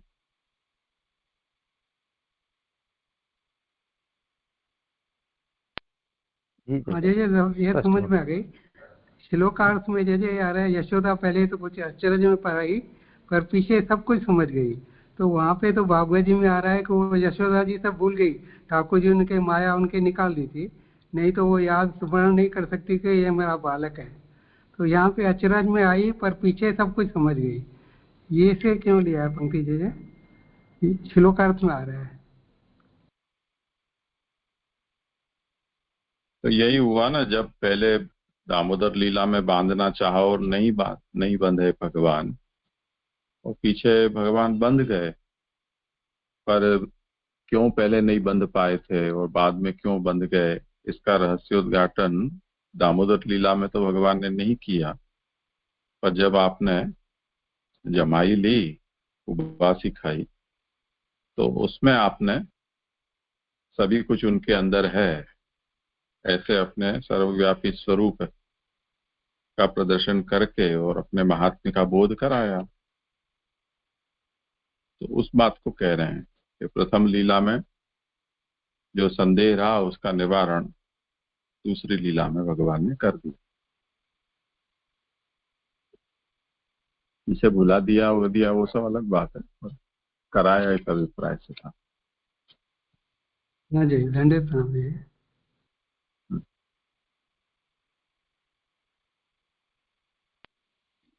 हाँ जी धन्यवाद। जी 330 पेज जो है उसमें ऊपर से तीसरी लाइन है, अभ्युपगम्यवाद से खंडन करते हैं, मतलब माया शक्ति से दिखाया क्यों न हो तथापि यह दिखाना ब्रह्मत्व बोधक। वहां तक तो मतलब समझ आता है कि प्रभु जो अपना पर ब्रह्मत्व दिखा रहे हैं, लेकिन अभ्युपगम्यवाद से खंडन करते हैं, ये लाइन थोड़ी मालूम नहीं। किसी सिद्धांत को टेम्पररी एडहॉक स्वीकार कर चलना, वो अभ्युपगम कहा जाता है। वैसे हम नहीं मानते हैं तुम्हारी बात को, पर फिर भी कुछ देर के लिए मान के भी चले हैं, तो ऐसा जब हम बोल के भूमिका बांध कर कुछ कहते हैं तो वो अभ्युपगम कहा जाता है। हाँ जी स्पष्ट।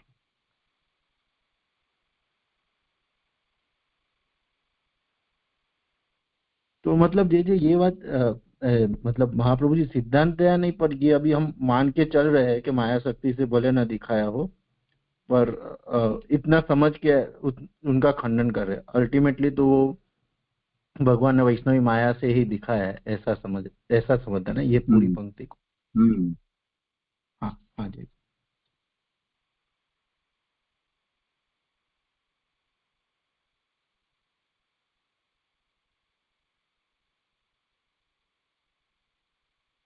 करो आप।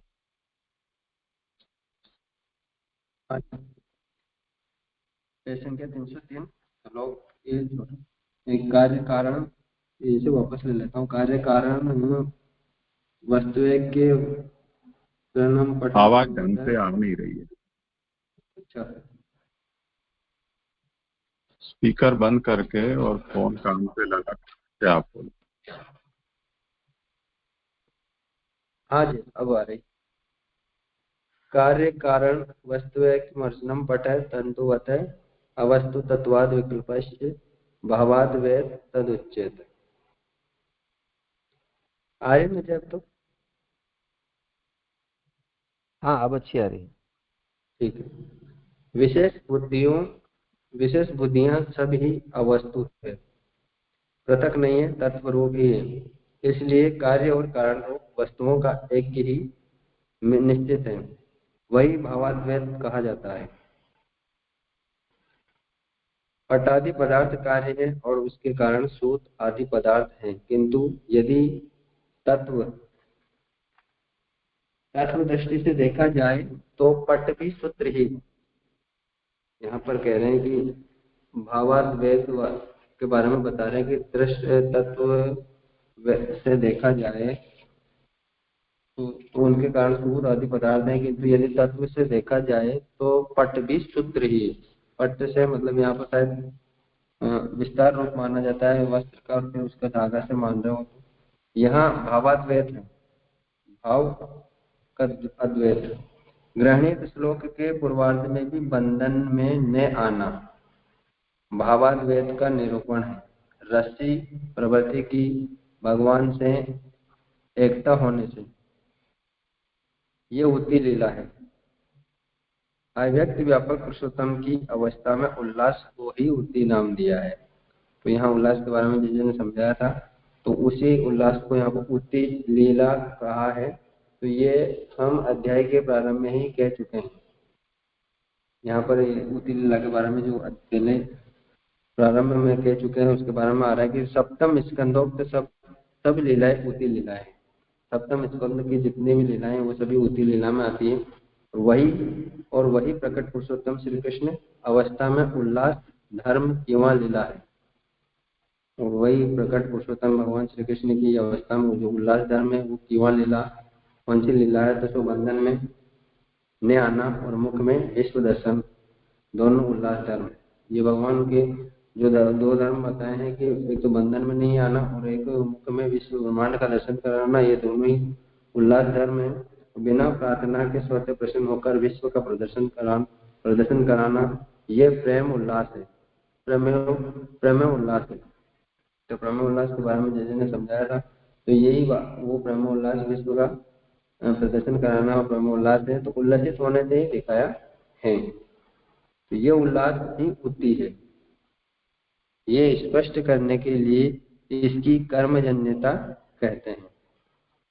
तो इसी लीला को स्पष्ट करने के लिए इसकी कर्मजन्यता उत्पत्ति को यहाँ पर बता रहे हैं कि जम्बास्य भाग वासना दो प्रकार की है। जम्बास्य भाग मतलब जो जम्बा लेने की जो जम्बा भाग में वासना भी दो प्रकार की बताई गई, एक तो भगवत वासना और जीव वासना।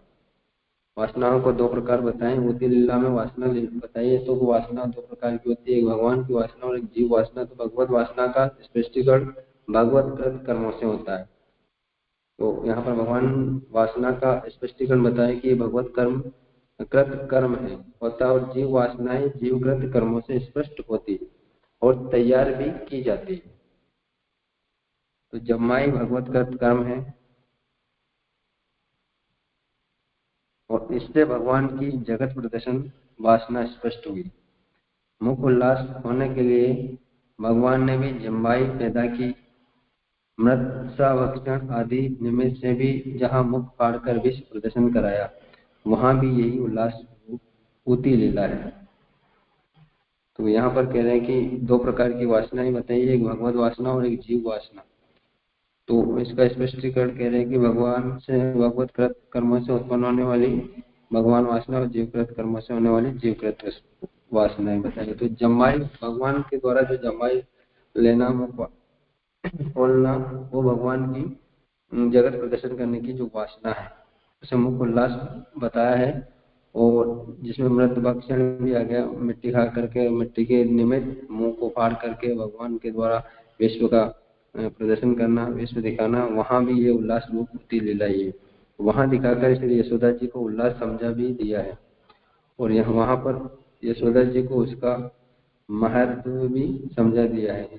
ऊती शिशु अवस्था में जो जन्म ली है वहां भी विश्व दर्शन कराया,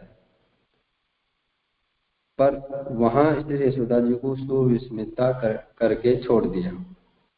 अध्याय की समाप्ति हो गई, किंतु दूसरी बार दोनों समय के विस्मय का समाधान कर दिया। वैष्णवी व्यतनोद मायाम को तृष्ण में विभू।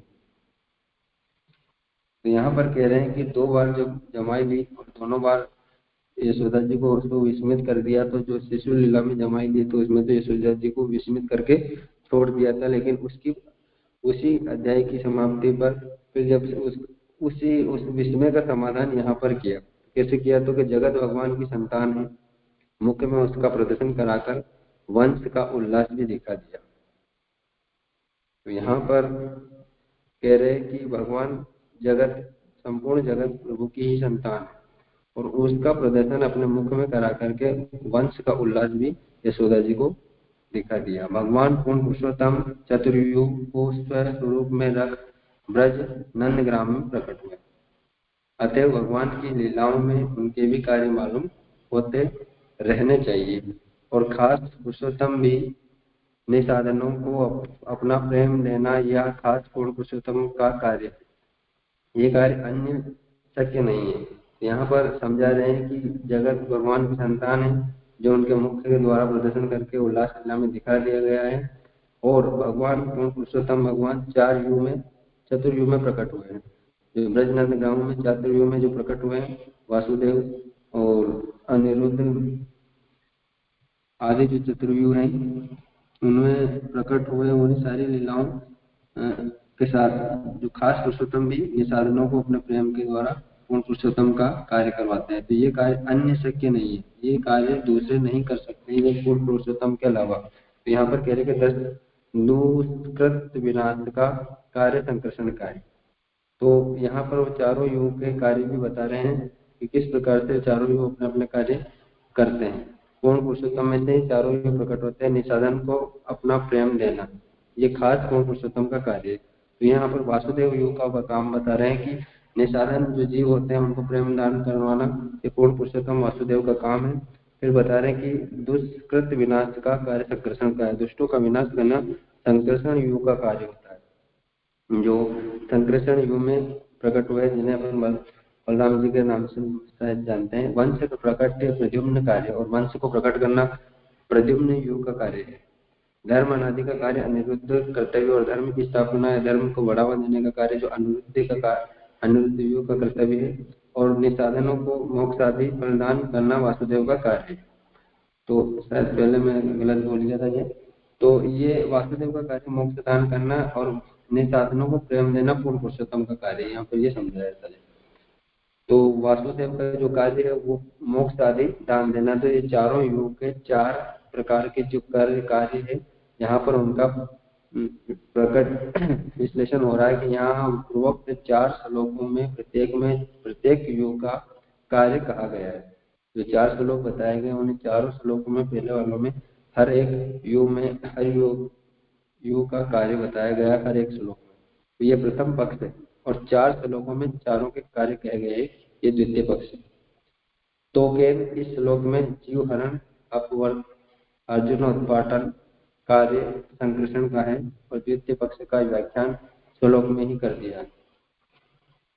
तो यहाँ पर ये टोकन श्लोक के द्वारा जीव हरण, अपवर्ग, अर्जुन का उत्पाटन ये संकृषण आदि का कार्य बताया, और दूसरे का कार्य श्लोक में बता रहे हैं कि यदि वे श्लोक में पशु और पालों को जीवाने से धर्म आदि की रक्षा का कार्य अनिरुद्ध का कार्य, और धर्म की जो रक्षा का कार्य होता है वह अनिरुद्ध योग का होता है। तत्कर्म श्लोक में उन्नयन अर्थात स्थिति स्थानक होकर प्रद्युम्न का कार्य दिखाया गया है।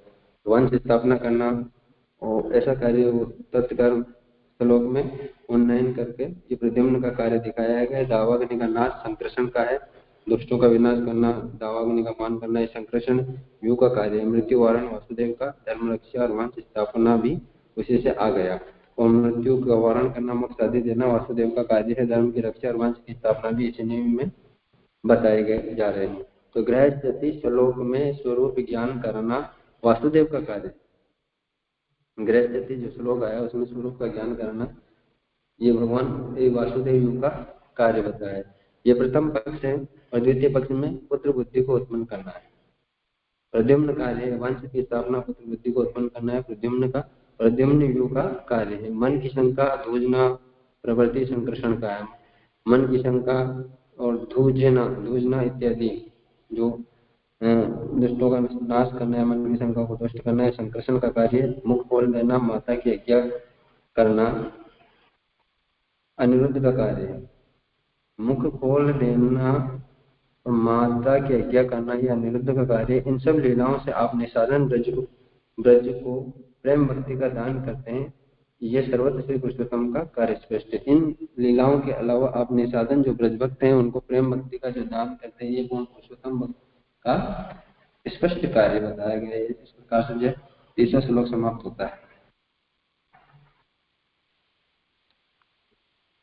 प्रणाम जय। यहाँ जो 304 पेज में ऊपर से जो 10वीं लाइन में जो है ना कर्मजन्यता, जो प्रमेय उल्लास ही उति लीला है, यह स्पष्ट करने के लिए उसकी कर्मजन्यता कहते हैं। तो यहाँ जो ये जो आता है उनको जुम्भा, यानी वो भगवत कृत है, तो उससे क्या समझा रहे समझ में नहीं आया कि उनको जम्भाई लेते वक्त वो जो उसके बाद का जो विवरण है ना, थोड़ा समझाइए ना क्या कहना चाहते हैं। जैसे जम्भाई लेने के लिए, जम्भाई जो होता है भगवतकृत कार्य है, भगवतकृत कर्म है, तो उससे यहाँ क्या कहना चाहते हैं? क्योंकि ये तो भगवान ने खुद जम्भाई ली है, उनको अपने आप नहीं आई है, तो ये इससे क्या कहना चाहते हैं? यहाँ थोड़ा उसका कर्मजन्यता समझाइए उसकी।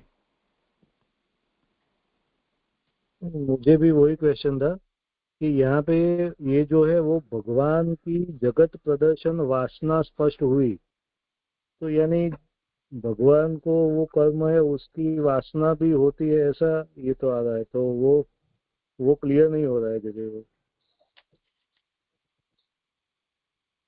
करें समाधान। ज्यादा तो समझ में नहीं आ रहा, लेकिन यहाँ पर स्पष्ट आ रहा है कि वासनाएं दो प्रकार की होती है। भगवान की ही दो प्रकार की, भगवत वासना और जीव वासना। तो यहाँ पर ये जम्माई के बारे में बात पूछ रहे थे, तो जम्माई लेकर के प्रभु अपने पूर्ण पुरुषोत्तम का प्रदर्शन कर रहे हैं शायद, कि भाई पूर्ण पुरुषोत्तम किसे कह रहे हैं, पूर्ण पुरुषोत्तम किसे माना जाएगा। तो उनमें जो अपना विराट स्वरूप दिखा रहा है जम्बाई लेकर के, उसी से माना जाएगा, क्योंकि वो 4 योग के द्वारा तो उनके अलग अलग कार्य बताए, वो भी उन्हीं में आ रहे हैं। तो ऐसा समझ में आ रहा मेरे जय, और आप समाधान करें। किसी को कुछ कहना हो? हाँ जी, मुझे इसमें ऐसा लगता है कि वासना को हम इच्छा के रूप में समझे, मतलब ये पूरा पैराग्राफ अगर समझे तो भगवान का आगे जो आया तो वहां दिखाकर श्री यशोदा जी को उल्लास समझा भी दिया है। तो जैसे आपसी ने अभी वो ऑब्जर्वेशन फिलोसॉफी जो फिजिक्स की जैसे आपसी ने आज्ञा की, तो प्रभु ने अपने ऐसा प्रदर्शन किया कि प्रभु ने अपने मुख में विश्व का रूप का दर्शन भी दिखा दिया। तो यशोदा जी को एक प्रभु का उल्लास भी समझा दिया और फिर उनको सुविस्मिता करके छोड़ दिया। तो प्रभु की एक वासना है कि अपने मुखारविंद में, और ऐसा आया कि जगत प्रभु का ही पुत्र है, आज के ऐसा आया संतान है, जगत भी भगवान की संतान है, तो प्रभु ने वो मुख में उसका प्रदर्शन करके, मतलब वासना मतलब प्रभु की इच्छा वहां प्रदर्शित हुई। तो ऐसा मुझे लग रहा है जैसे वासना को हम इच्छा के रूप में ले।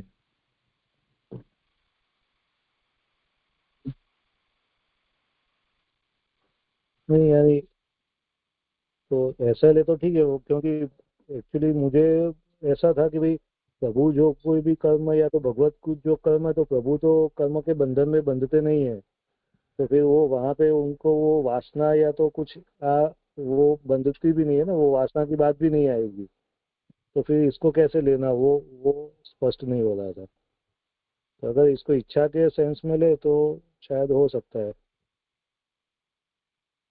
जी जो, क्योंकि यहाँ पे वर्ड तो वासना ही लिखा हुआ है। जी जी आप जरा दंडवत स्पष्ट जी, करिए। हाँ दंडवत देखो जी। और लोग कह रहे हैं। हाँ, यहाँ जो वासना यानी इच्छा बताया तो मुझे भी यही समझ में आ रहा है कि वासना इच्छा और जो ऊती लीला है ये इसी से संबंधित रहता है, कर्म वासना या इच्छा। तो यहाँ भगवान दोनों कार्य एक साथ कर रहे हैं, जैसे कि जम्भाई भगवत कृत कर्म है, यानी कि जम्भाई अपने आप नहीं आई, वो भगवान की इच्छा से ही आई। भगवान ने वो किया, उनकी इच्छा से हुआ तभी वो आई। क्यों आई? क्योंकि भगवान जगत का प्रदर्शन यानी कि उनके मुख में जो ब्रह्मांड का दर्शन कराना चाहते थे, इसलिए उन्होंने इस प्रकार की इच्छा की। तो ये वासना और इच्छा एक ही ये संबंध है।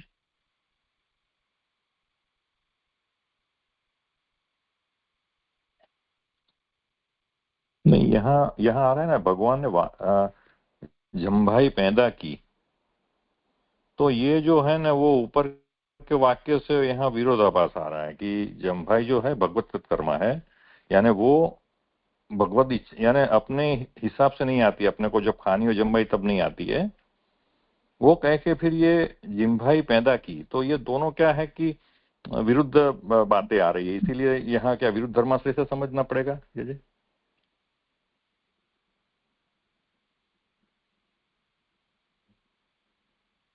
इसमें आया ना कि पैदा की, लेकिन आप पूरा सेंटेंस हम पढ़े, मुखोल्लास होने के लिए भगवान ने भी जिम्भाई पैदा की। मतलब मुखोल्लास ने जैसे अभी आज्ञा की को, मतलब प्रभु को अपना मुखारविंद में जो उल्लास प्रदर्शित करना है उसके लिए प्रभु ने जम्भाई पैदा की। पूरा सेंटेंस पढ़े तो शायद ऐसे समझ सकते।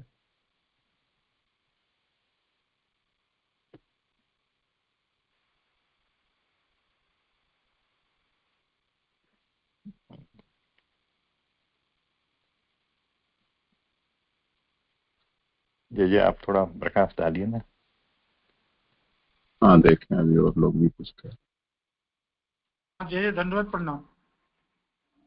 हाँ जय, ये जो कह रहे हैं वो मुझे भी ऐसा लग रहा है, ऐसा ही है। लेकिन पूर्व में शायद मुझे याद नहीं आ रहा, पूर्व अध्याय में ये बात आई थी, जो जगत की सृष्टि की जब बात चल रही थी तब ये बात आई थी कि भगवान ने जगत किसके लिए पैदा किया, अपने खुद के लिए पैदा किया या अन्य के लिए पैदा किया। तो ये क्योंकि ये उल्लास धर्म का निरूपण चल रहा है, तो शायद वह ये कहना चाह रहे हैं कि ये भगवान का उल्लास है। माने ये जगत को जो संतान रूप में माने उल्लास के कारण ये जगत पैदा हुआ है। मुझे कुछ ऐसा समझ में आ रहा है शायद ये।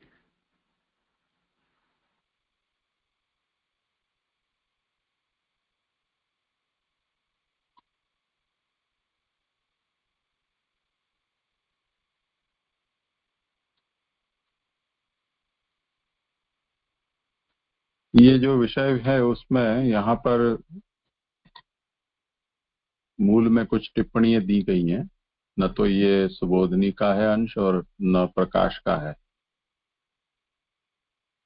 पर इसे वासना के साथ जो जोड़ा गया है वो किसी प्राचीन आचार्य द्वारा लिखित ही होनी चाहिए और मूल में उसको समाविष्ट भी किया गया है, और वो प्रकाश के ऊपर ये टिप्पणी है। और प्रकाश में तो केवल इतना ही है कि तत्र पूर्वार्धोक्त बंधनामानस्य भावाद्वैत प्रतिपादकत्वात् तस्य च ऊति लीला समाप्त उक्तत्वात् तेन च सूक्ष्मस्य व्यापकत्वं स्फुटीक्रियते इति प्रमाणोल्लासत्वम्। जो सूक्ष्म रूप से है उसकी व्यापकता यहाँ पर प्रकट की गई है, तो यही उस प्रमाण का उल्लास है। इस प्रकार कर्मवासना रूपायाः ऊतेः भावाद्वैतादि जनकत्वेव भगवल्लक्षणत्वम् इति विमृष्टं भवति इति ज्ञाप्यते। तो पुरुषोत्तम जी ने इसको कितने अंश से निरूपित किया है, और ये जो पूरा है वो अयमेव ही भगवतः उल्लासः, ये इतनी श्री महाप्रभु जी की पंक्ति है, उस पर उन्होंने ये प्रकाश अपना लिखा है। यानी प्रभु ने जिस प्रकार से श्री यशोदा जी के सन्मुख अपना श्रीमुख उद्घाटित किया और उसी में उनको सभी विश्व के दर्शन हुए, तो ये भगवान का उल्लास है।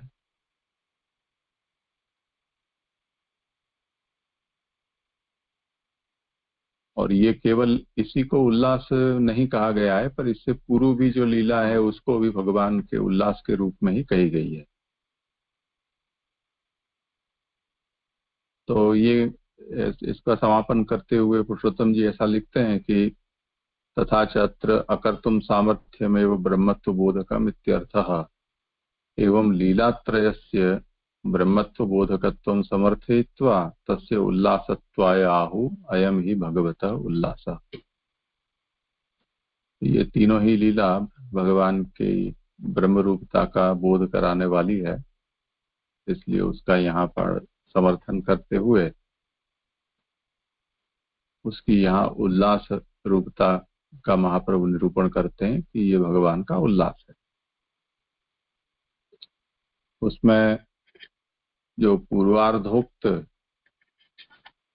यानी गृह्णीत यद्यद उपबंधम अमुष्य माता, ये जो दामोदर लीला का जो प्रकरण है उसमें भगवान का बंधन करने के लिए जो बताया उसमें भावाद्वैत का प्रतिपादन किया गया। और तस्य च ऊति लीला समाप्त उक्तत्वात्, सप्तम स्कंद की समाप्ति पे ये भावाद्वैत का निरूपण वहां पर किया गया है। तेन च सूक्ष्मस्य व्यापकत्वं स्फुटीक्रियते इति प्रमाणोल्लासत्वम्।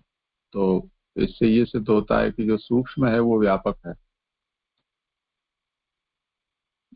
जो अभी कुछ प्रश्न भी खड़े हुए थे आत्मा के बारे में, दुष्यंत भाई ने शायद पूछा था,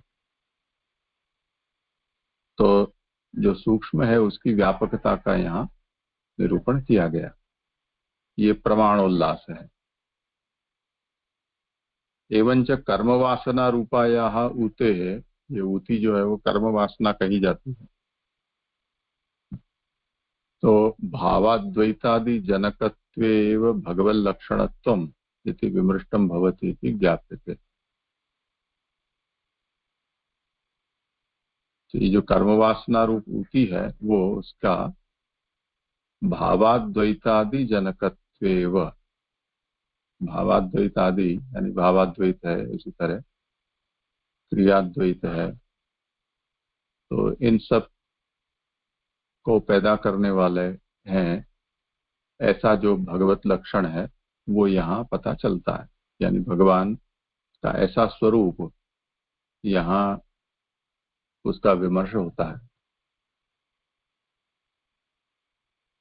तो कहना ये चाह रहे हैं कि अब ये जो विषय है वो सप्तम स्कंद में जो अध्याय चल रहा है वो जिसका सूक्ष्म ध्यान में निरूपण किया गया वो ही यहाँ स्थूल ध्यान में भगवान के अंतर्यामी के अवतारों के रूप में यहाँ वर्णन किया जा रहा है। तो जो सूक्ष्म है वो स्थूल है, जो स्थूल है सो सूक्ष्म है। इस प्रकार से ये जो भगवान प्रदर्शित कर रहे हैं, ये ही इसी को यहाँ पर वासना रूप में कहा गया है।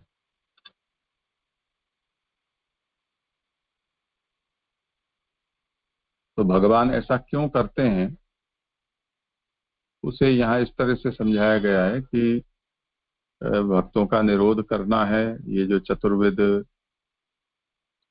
व्यूह है, उनके जो कार्य हैं, उनके लिए भगवान इस प्रकार करते हैं, जिससे कि धर्म संस्थापन है, दुष्टों का निरोध है, मुक्तिदान है, वंश विस्तार है। ये सब जो भी कार्य यथा अवसर भगवान को करने हैं, वो भगवान करते रहते हैं इस प्रकार से। इसी प्रकार जय विजय जो हैं, उनको उनके यहाँ असद वासना रूप उल्लास वहां पर प्रकट हुआ था, और फिर जय विजय जो है वो दैत्य रूप में आ गए। उसके बाद जो सनत कुमार का जो सद्वासना रूप उल्लास था, तो वो प्रहलाद के रूप में प्रकट हुए। तो तदनुरूप भगवान भी वहां नृसिंह रूप में प्रकट हुए। तो जो कारण है वो कार्य रूप बना, और जो कार्य रूप है वो फिर कारणता को प्राप्त हो गया। ये जो पूरा उलट पलट है, उसी को यहाँ पर पूती लीला के रूप में वर्णित किया जा रहा है। तो तीनों तरह की वासना है, सद्वासना, असद्वासना और सदसद्वासना। तो मिश्र वासना के रूप में भी उल्लास भगवान का कर्म, तप, ज्ञान, योग, भक्ति इत्यादि प्रकार से भी वो प्रकट होता है। तो ये भगवान इस प्रकार की लीला के द्वारा ये अपने उल्लास को कभी प्रमेय उल्लास के रूप में, तो कभी प्रमाण उल्लास के रूप में उस वासना को प्रकट करते हैं।